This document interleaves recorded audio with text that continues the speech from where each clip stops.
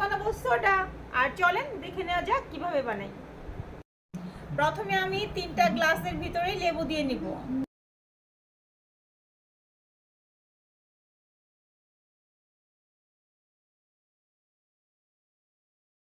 এখন আমি বিট লবণ মিক্স করে নিব।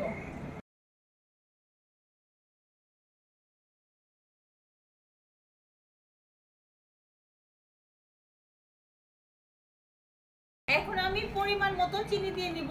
চিনিটা হচ্ছে যে যেরকম মিষ্টি পছন্দ করে সেরকম দিতে পারেন, সমস্যা নাই।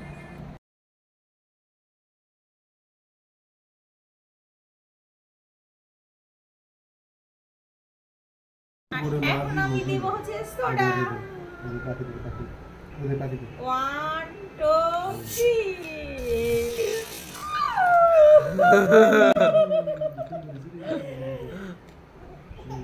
এই স্পিডটা কত বেশি দেখছেন?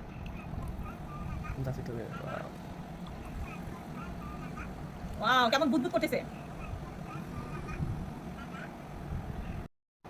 আর এই হলো আমার ক্লিয়ার সোডা তৈরি করা। আমার ক্লিয়ার সোডা তৈরি করা হয়ে গেল। এখন আমরা সবাই মিলে খাবো।